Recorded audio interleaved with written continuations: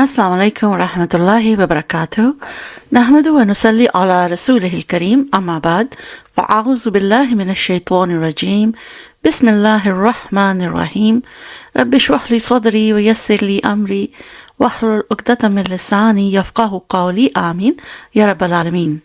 امید ہے کہ آپ سب خیریت سے ہوں گے اور آپ سب کو میں خوش آمدید کہتی ہوں اس چینل پر ایک دفعہ پھر آنے کے لیے۔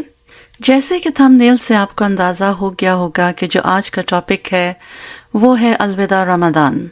اور رمضان کو جب ہم الوداع کر رہے ہوتے ہیں نا تو یہ ایک مومن کے دل کو ہلا دینے والا وقت ہوتا ہے۔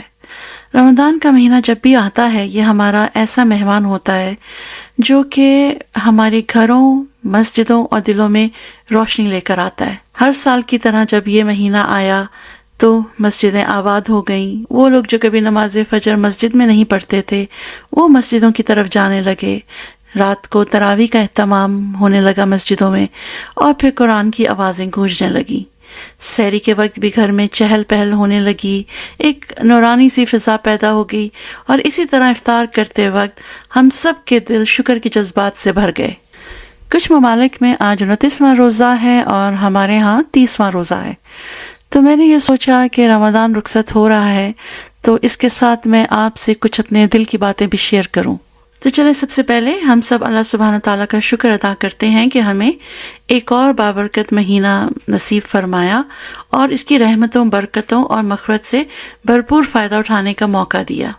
یہ صرف ایک مہینہ ہی نہیں تھا بلکہ اللہ تعالیٰ کی رحمتوں کا ایک قافلہ، اور ہمیں یہ سکھانے آیا تھا کہ اللہ سے محبت کرو، قرآن سے تعلق کو جوڑو، عبادت کو ذوق بناؤ اور گناہوں سے نفرت کرو۔ ہم سب کو معلوم ہے کہ جب رمضان کا مہینہ آتا ہے تو جنت کے دروازے کھول دیے جاتے ہیں اور جہنم کے دروازے بند کر دیے جاتے ہیں۔ تو جب رمضان شروع ہونے والا تھا ہمیشہ کی طرح ہم سب نے اس کی تیاریاں شروع کر دی ہوتی ہیں۔ خواتین کچھ جو کھانے کے لوازمات ہوتے ہیں وہ بنا کر فریز کرنا شروع کر دیتی ہیں، گھر کی صفائیاں شروع ہو جاتی ہیں۔ جیسے مہمان آتے ہیں اور آپ ایک پریپریشن کرتے ہیں، اسی طرح رمضان کے آنے سے پہلے ہم سب اس تیاری میں جٹ جاتے ہیں۔ پھر رمضان کا ارائیول ہوتا ہے اور اس سے کچھ دن پہلے ہی جو ہیں دورہ قرآن کی جو کلاسز ہیں وہ شروع ہو جاتی ہیں۔ پچھلے سال کی طرح اس سال بھی آپ کے ساتھ دورہ قرآن میں نے اس چینل پر شیئر کیا، اور اس کے لیے میں اپنی ٹیچر منزہ علوی کی بے حد ممنون اور شکر گزار ہوں کہ انہوں نے اپنی جو دورہ قرآن کی پریویس ایئر کی ریکارڈنگز دیں وہ مجھے آپ لوگوں کے ساتھ شیئر کرنے کی اجازت دی، اور میری دعا ہے کہ اللہ سبحانہ تعالیٰ انہیں دین کی خدمت کرنے پر عظیم اجر عطا فرمائے اور ان کی زندگی کو اپنی رحمتوں اور برکتوں سے بھر دے، آمین۔ تو چلیں آگے بڑھتے ہیں۔ میں آپ سے بات کر رہی تھی آج کے ٹاپک پر جو ہے الوداع رمضان، یعنی آج ہم اس مہینے کو رخصت ہوتے ہوئے دیکھ رہے ہیں۔ اب یہ وہ لمحے ہیں جس میں ہمیں خوشی بھی ہوتی ہے اور ہم لوگ غمگین بھی ہوتے ہیں، کیونکہ اس کی وجہ یہ ہے کہ ہمیں نہیں معلوم ہوتا کہ ایک رمضان گزرنے کے بعد اگلے سال کا رمضان ہمیں نصیب ہوگا یا نہیں ہوگا۔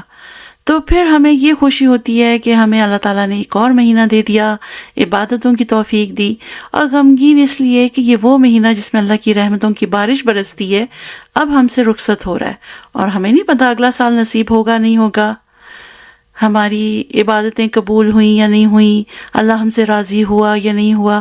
اور یہی جو ایک فکر ہے نا مومن کے دل کو نرم کر دیتی ہے۔ صحابہ کرام رضی اللہ عنہم کا حال یہ تھا کہ وہ رمضان کے بعد روتے تھے، وہ اللہ سے دعا کرتے تھے کہ اللہ ہماری عبادتیں قبول فرما لے، یعنی ان کو یہ بھی ایک خوف ساتھ ہوتا تھا کہ ہم نے جتنی عبادت کی ہے پتہ نہیں قبول ہوگی کہ نہیں ہوگی۔ تو وہ 6 مہینے رمضان کے آنے کی دعا کرتے تھے اور 6 مہینے اپنے رمضان کے قبول ہونے کی دعا کرتے تھے، اور بیسیکلی ہم سب کو بھی اس بات کا احساس ہونا چاہیے۔ دیکھا جائے تو اس سال کا جو رمضان ہے وہ دنیا کے عجیب حالات میں آیا ہے۔ ایک طرف ہم اپنی عبادتوں میں مشغول ہو رہے تھے، مگر دوسری طرف دنیا کے کئی ممالک سے دکھ اور تکلیف کی خبریں بھی آ رہی تھیں۔ کئی مسلمان علاقے ایسے تھے جہاں پہ لوگوں نے رمضان کو امن اور سکون کی بجائے خوف اور آزمائش کے ماحول میں گزارا ہے۔ مثال کے طور پر پہلے آپ فلسطین کو لے لیں، وہاں پہ بہت سی فیملیز اس رمضان کو ہماری طرح نہیں گزار پا رہی ہوں گی، نہ ان کے گھروں میں افطار کا دسترخوان ویسا تھا جیسا ہمارا ہوتا ہے، کئی ان میں سے اپنے پیاروں کو کھو چکے ہیں، لیکن ایک چیز ہے کہ ان کے دلوں میں اللہ پر جو یقین ہے اور ایمان ہے وہ باقی ہے۔ غزہ کے جو حالات ہیں وہ تو ہم دیکھ ہی رہے ہیں، اور پچھلے رمضان میں بھی ان کے یہی حالات تھے، لیکن وہ ان سب تکالیف کے باوجود ثابت قدم کھڑے ہیں۔ پھر دوسری طرف آپ یمن کے مسلمانوں کو دیکھ لیں، ان کے بھی کچھ ایسے ہی حالات رہے رمضان میں۔ وہ بھی ہماری طرح روزہ رکھتے ہیں، قرآن پڑھتے ہیں اور اللہ سے امید رکھتے ہیں، لیکن وہ بہت ساری آزمائشوں سے بھی گزر رہے ہیں۔ ان کی مساجد تباہ ہو گئی ہیں، کئی خاندان بکھر گئے ہیں، لیکن وہاں پر بھی کیا چیز ہے؟ ایمان کی روشنی اب بھی ان کے دلوں میں تازہ ہے۔ اس کے بعد آپ سیریا کے مسلمانوں کو لے لیں، کئی سالوں سے ان کو مشکلات اور آزمائشوں کا سامنا ہے، ان کے علاقوں میں بھی رمضان آیا ہے۔ اسی طرح کشمیر دیکھ لیں، افغانستان دیکھ لیں، ایران دیکھ لیں، تو مہینہ تو سب کے پاس آیا ہے، اور لوگوں نے اللہ کی عبادت کو نہیں چھوڑا، باوجود جنگ کے، باوجود مشکلات کے۔ ان کے پاس شاید روزہ کھولنے کو ایک کھجور کے علاوہ بھی کچھ نہ ہو، لیکن ان لوگوں نے اللہ کی عبادت کو نہیں چھوڑا، ان کا ایمان اتنا پختہ ہے۔ تو یہ ہمیں ایک بہت بڑی حقیقت سے جو نا روشناس کراتی ہے یہ بات کہ ایمان کی طاقت کسی بھی مشکل سے زیادہ بڑی ہوتی ہے۔ جب انسان کے پاس ایمان ہوتا ہے نا تو وہ سخت ترین حالات میں بھی اللہ کو نہیں بھولتا، وہ سجدہ کرتا ہے، دعا کرتا ہے اور امید رکھتا ہے کہ اللہ ضرور مدد کرے گا۔ اور رمضان ہمیں یہی سبق سکھاتا ہے کہ انسان کی اصل طاقت کیا ہے، اس کا اللہ سبحانہ و تعالیٰ سے تعلق، اس کو مضبوط کرنا ہے۔ تو میں آپ سے بات یہ کر رہی تھی کہ اب یہ وقت ہوا چاہتا ہے کہ ہم اس مہینے کو الوداع کریں، اور یہ وہ بابرکت مہینہ ہے جس میں اللہ سبحانہ تعالیٰ نے قرآن نازل کیا، رائٹ؟ تو اسی لیے اب آپ دیکھیں کہ اس مہینے میں ہم سب بہت قرآن کے قریب ہو جاتے ہیں، جب بھی فرصت ملتی ہے ہم اس کی تلاوت کرتے ہیں۔ ہم سب کی یہ کوشش ضرور ہوتی ہے کہ ایٹ لیسٹ ایک دفعہ ہم قرآن پاک کو پورا جو ہے نا اس کو پڑھ لیں۔ پھر دورہ قرآن ہوتا ہے، پھر تراویح میں بھی قرآن سنتے ہیں، لیکن پھر ایک سوال یہ پیدا ہوتا ہے کہ کیا صرف ہم نے قرآن کو سنا یا ہم نے اس کو سمجھنے کی بھی کوشش کی؟ آپ لوگوں کے ساتھ دورہ قرآن جو میں نے اس کی ریکارڈنگز شیئر کی، مقصد یہ تھا کہ آپ اس کو سنیں اور اس کو اپنے دلوں میں بھی اتاریں۔ قرآن سب سے پہلے ہمیں یہ سکھاتا ہے کہ دیکھیں ہمارا رب صرف اللہ ہے، ہمیں اپنی زندگی کے ہر معاملے میں اللہ کی رضا کو سامنے رکھنا ہے۔ پھر ہمیں سچائی کا رستہ سکھاتا ہے، ہمیں جو دنیا میں آج کا جھوٹ عام ہو گیا ہے اس سے بچاتا ہے، کاروبار میں جھوٹ، سیاست میں جھوٹ، تعلقات میں جھوٹ، ان سب سے ہمیں وہ بچنے کی تلقین کرتا ہے۔ پھر ہمیں یہ بتاتا ہے کہ سچائی کا ہی جو راستہ ہے نا وہ کامیابی کا راستہ ہے، ہمیں انصاف کرنا سکھاتا ہے، ہمارے معاشرے میں جو ظلم ہو رہا ہے اس کے خلاف بولنے کا بتاتا ہے، انصاف قائم کرنے کو کہتا ہے، ہمیں ہمدردی سکھاتا ہے، ہمیں غریبوں، یتیموں اور مظلوموں کی مدد کرنے کا سکھاتا ہے۔ پھر رمضان کیا آیا؟ ہمیں تقویٰ سکھانے، روزہ ہمیں یہ احساس دلاتا ہے کہ اللہ ہمیں ہر وقت دیکھ رہا ہے، جب ہم اکیلے ہوتے ہیں تب بھی ہم کھانا نہیں کھاتے، کیوں؟ کیونکہ ہمیں یقین ہوتا ہے کہ اللہ ہمیں دیکھ رہا ہے۔ اگر یہی احساس ہم رمضان کے باہر بھی کنٹینیو رکھیں اگلے 11 مہینے، تو کیا ہماری زندگی نہیں بدل سکتی؟ رمضان نے جو ہمیں صبر سکھایا ہے، بھوک اور پیاس کو برداشت کرنا سکھایا ہے، ہمیں اس کے ذریعے مضبوط بنایا ہے، تو کیا اگلے 11 مہینے ہم صبر نہیں کر سکتے؟ صرف بھوک اور پیاس میں نہیں، معاملات میں، تعلقات میں، ہر جگہ پہ صبر سے ہم کام لے سکتے ہیں۔ رمضان ہمیں ہمدردی سکھاتا ہے، جب ہم بھوک محسوس کرتے ہیں، ہمیں غریبوں کی بھوک کا احساس ہوتا ہے، ہم زکوٰۃ دیتے ہیں اور جو صدقات ہیں ان کو بڑھا دیتے ہیں، تو کیا ہم یہ رمضان کے باہر نہیں کر سکتے کہ اپنے ان غریب بہن بھائیوں کو، ان رشتہ داروں کو، اور یا ان مسلمانوں کو جو اس وقت ضرورت مند ہیں، ان کو ہم اپنے مال و دولت میں حصہ دار بنائیں؟ آج کل جب ہم اپنی اگر ٹیبلز کو دیکھیں، افطار کا سامان وہاں پر رکھا ہوتا ہے، کیا یہ ہمیں احساس نہیں دلاتا کہ اس وقت دنیا کے کتنے ممالک میں جہاں پر جنگیں ہیں ان لوگوں کے کیا حالات ہیں، وہ روزہ کیسے کھول رہے ہوں گے، ان کے پاس کھانا نہیں ہے، کیا ہمیں احساس نہیں ہوتا ان کی بھوک کا؟ تو یہ ساری چیزیں جو ہیں یہ رمضان اور قرآن دونوں کنیکٹڈ ہیں۔ رمضان وہ مہینہ ہے جس میں ہمیں قرآن کا تحفہ دیا گیا۔ اب اگر آپ قرآن کی تعلیمات لیں اور جو روزے کی ٹریننگ ہماری ہوتی ہے، اگر ہم ان دونوں کو جوائن کریں تو کیا اس سے ہماری زندگی میں بہتری نہیں آ سکتی؟ اور اب جب کہ یہ مہینہ رخصت ہو رہا ہے تو کیا یہ وقت نہیں ہے کہ ہم سب اپنے آپ سے ایک سوال کریں کہ کیا اس مہینے نے ہمیں بدلا؟ ہمارے اندر کیا چینجز آئے؟ کیا ہماری نماز میں بہتری آئی، یا ہمارے دلوں میں قرآن کی محبت بڑھی، یا ہمیں گناہوں سے دور ہونے کی خواہش جاگی؟ اور اگر آپ کے اندر یہ فیلنگز آتی ہیں، آپ یہ محسوس کرتے ہیں، تو اپنے آپ کو مبارک دیں کہ آپ نے یہ محسوس کیا کہ آپ اپنے اندر تبدیلی لا سکتے ہیں۔ تو اگر یہ تبدیلی رمضان کے بعد بھی ہماری زندگی میں ویسی ہی رہے تو کیا ہوگا؟ یعنی جو کچھ آپ نے اس مہینے میں سیکھا، قرآن پڑھا، سمجھا، یا دورہ قرآن سنا، اس کو سمجھا، اس کے اوپر تدبر کیا، اس کے بارے میں غور و فکر کیا، اور اس کے آئینے میں اپنے آپ کو دیکھا اور یہ احساس ہوا کہ ہماری نمازیں بہتر نہیں تھیں، ہمارے اعمال اچھے نہیں تھے، ہم قرآن سے نہیں جڑے ہوئے تھے، اور پھر آپ کے اندر ایک تبدیلی آئی، تو اب جو ہے نا وہ وقت ہے اس تبدیلی کو ایکچوئل لائف میں امپلیمنٹ کرنے کا۔ دیکھیں، یاد رکھیں، رمضان جا رہا ہے لیکن اللہ تو ہے، رمضان جا رہا ہے لیکن قرآن بھی رہے گا، رمضان جا رہا ہے لیکن نماز بھی باقی ہے۔ تو اصل مسلمان وہ ہے کہ جو پورا سال جو ہے نا رمضان کے مہینے کی جو ہماری پریکٹس ہوتی ہے، ہم اتنے اچھے بنے ہوتے ہیں، نیک بنے ہوتے ہیں، دیندار بنے ہوتے ہیں، تو پورا سال اس کے مطابق گزارتا ہے ایک اچھا مسلمان۔ اور یہی ہمارا جو ہے نا اس وقت اپنے آپ سے عہد ہونا چاہیے۔ دیکھیں، یہ جو وقت چل رہا ہے نا، اور دنیا کے حالات دیکھ کر نا لوگوں میں بہت مایوسی بڑھ رہی ہے، لیکن ایک مومن کے لیے یہ وقت جو ہے یہ پرفیکٹ ہے کہ وہ اپنے رب کے اور نزدیک ہو جائے، کیونکہ اس کو معلوم ہے کہ یہ دنیا تو دارالامتحان ہے۔ وہ جانتا ہے کہ یہ دنیا ہمیشہ رہنے کی جگہ نہیں ہے، یہاں کی ہر خوشی، غم، آسانی، مشکل اصل میں ایک آزمائش ہے جس کے ذریعے اللہ سبحانہ و تعالیٰ ہمارے ایمان کو، صبر و شکر اور اخلاص کو پرکھتے ہیں۔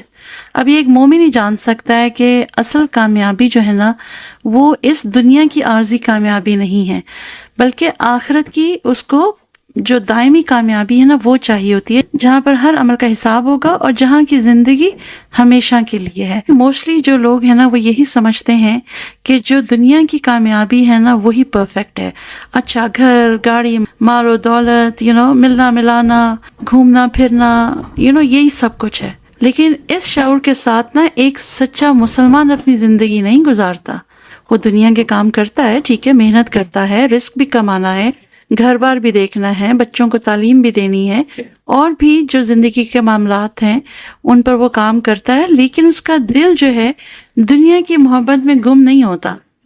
وہ ہر قدم پر سوچتا ہے کہ کیا میرا یہ عمل اللہ کو راضی کرے گا، کیا مجھے آخرت میں فائدہ دے گا۔ تو اگر اس کو لگتا ہے کہ اس کی نیت خالص تھی اور وہ فیل کرتا ہے کہ اس کا جواب ہاں میں ہے، تو اس میں اور نا ایک وہ جذبہ پیدا ہوتا ہے اور اچھے کام کرنے کا اور نیکیاں کرنے کا۔ اور اگر اس کو یہ احساس ہو جائے کہ نہیں، میں تو یہ دنیا دکھاوے کے لیے کر رہا ہوں، یا اس کا مجھے تو کوئی فائدہ نہیں نظر آ رہا، تو پھر وہ نیک کام کرنے سے رک جاتا ہے، کیونکہ پھر وہ دنیا کا بندہ بن جاتا ہے۔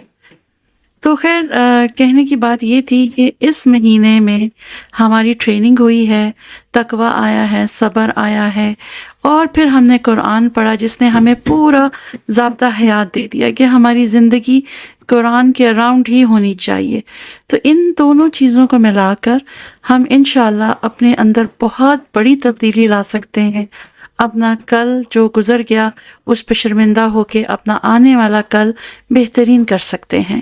ہم میں سے کوئی بھی پرفیکٹ نہیں ہے، اور یہ کوئی نہیں کہہ سکتا ہے کہ اس سے کوئی غلطی سرزد نہیں ہوتی، کوئی گناہ نہیں ہوتا، لیکن بہترین انسان وہ ہے کہ جو اس کو ریئلائز کرے اور پھر اس پر شرمندہ ہو اور اس کے اپنے اللہ سبحانہ تعالیٰ سے معافی مانگے۔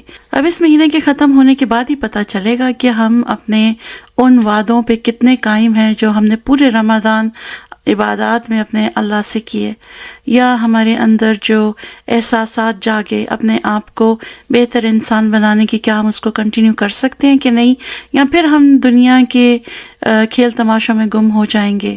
تو ہر انسان کے لیے یہ اس وقت جو ہے سوچنے کا وقت ہے، اپنے آپ کو مضبوط بنانے کا وقت ہے، اور جس طرح کا ایمان ہمارے ان مسلمان بہن بھائیوں کا ہے جو اس وقت سخت مشکلات کا سامنا کر رہے ہیں، جنہوں نے اس رمضان میں، جو کہ بہت زیادہ رحمت کا مہینہ ہے، اس مہینے میں انہوں نے جنازے اٹھائے ہیں، ان کا جو درد ہے وہ محسوس کریں اور سوچیں کہ کیا انہوں نے سوچا تھا کہ اوپر سے کوئی چیز آ کے ان کے سر پہ گرے گی اور وہ اس دنیا سے چلے جائیں گے۔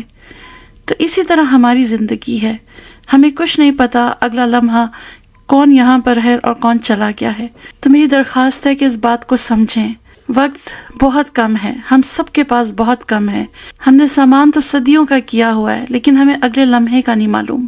آپ کی ضرورت سے زیادہ جو بھی چیزیں ہیں، وہ کپڑے ہیں، وہ جوتے ہیں، وہ مال ہے، جو بھی آپ کی ضرورت سے زائد چیزیں ہیں، ان کو تقسیم کر دیں، ان کو کسی کو دے دیں جن کے وہ کام آئے، رادر دین ہم خواتین کی بہت بری عادت ہے، ہم الماریاں بھر کر رکھتی ہیں کہ ہم اس موقع پر پہنیں گی، ہم اگلی کسی کی شادی پر پہنیں گی، اور اسی طرح ہم لوگ جو ہے نا پھر اور چیزیں خریدتی رہتی ہیں اور پائل اپ کرتی رہتی ہیں۔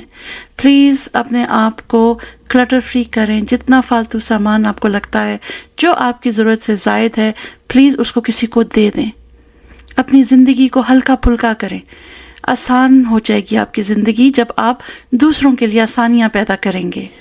خیر، یہ میری باتیں تھوڑی موضوع سے ہٹ گئی تھیں، لیکن اگر دیکھا جائے تو رمضان کو الوداع کرتے ہوئے ہم اپنی زندگی پر ہی نظر ڈالیں گے نا کہ ہم نے اس پورے مہینے میں کیا سیکھا اور کس طرح ہم اس میں پازیٹیو چینجز لا سکتے ہیں۔ اور اس کے لیے ضروری ہے کہ آپ سب سے پہلے اس بات پر یقین رکھیں کہ جب آپ سچے دل سے توبہ کرتے ہیں تو اللہ سبحانہ وتعالیٰ معاف کر دیتے ہیں۔ تو اس کے بعد آپ نے اپنی ان غلطیوں اور کوتاہیوں کے لیے جس سے آپ شرمندہ ہیں، خود کو معاف کرنا ہے اور موو آن کر جانا ہے۔ آپ کے دوستوں میں، رشتہ داروں میں یا ورک کلیگز میں کوئی بھی مس انڈرسٹینڈنگز ہیں یا کوئی ناراضگیاں ہیں، آپ ان کو معاف کر دیں۔ اگر وہ آپ اچھے سے آپ سے تعلق قائم کرنا چاہتے ہیں تو آپ بھی کھلے دل سے ان کے ساتھ تعلق کو قائم رکھیں، اور اگر وہ آپ سے نہیں ٹھیک ہونا چاہتے یا ان کا رویہ وہی رہتا ہے جو پہلے تھا، تو آپ عزت سے اپنے گھر میں خاموش ہو کر بیٹھ جائیں۔ کوئی ضروری نہیں ہے، ہمارا دین یہ نہیں کہتا ہے کہ آپ معاف کر دیں اور اس کے بعد دوسروں کے ہاتھوں ذلیل ہونے کے لیے پھر اویلیبل ہو جائیں۔ اکثر یہ مسکانسیپٹ ہے جو پہلے میں نے بھی کچھ اس میں لیکچرز میں سنا، کچھ میں نے کلاسز اٹینڈ کی، تو وہاں پہ ہر وقت یہی درس دیا جاتا تھا، آپ معاف کر دیں، آپ معاف کر دیں۔ ٹھیک ہے، اللہ سبحانہ تعالیٰ نے بہت ایمفسائز کیا ہے معاف کرنے پہ، اس کا بہت اجر ہے، لیکن اگر کوئی آپ کے ساتھ زیادتی کر رہا ہے جو آپ کے لیے مینٹل ہیلتھ کے لیے اچھی نہیں ہے، جس کی وجہ سے آپ کا پورے گھر کا نظام درم برم ہو رہا ہے، تو آپ ان لوگوں سے ڈسٹنس کر سکتے ہیں۔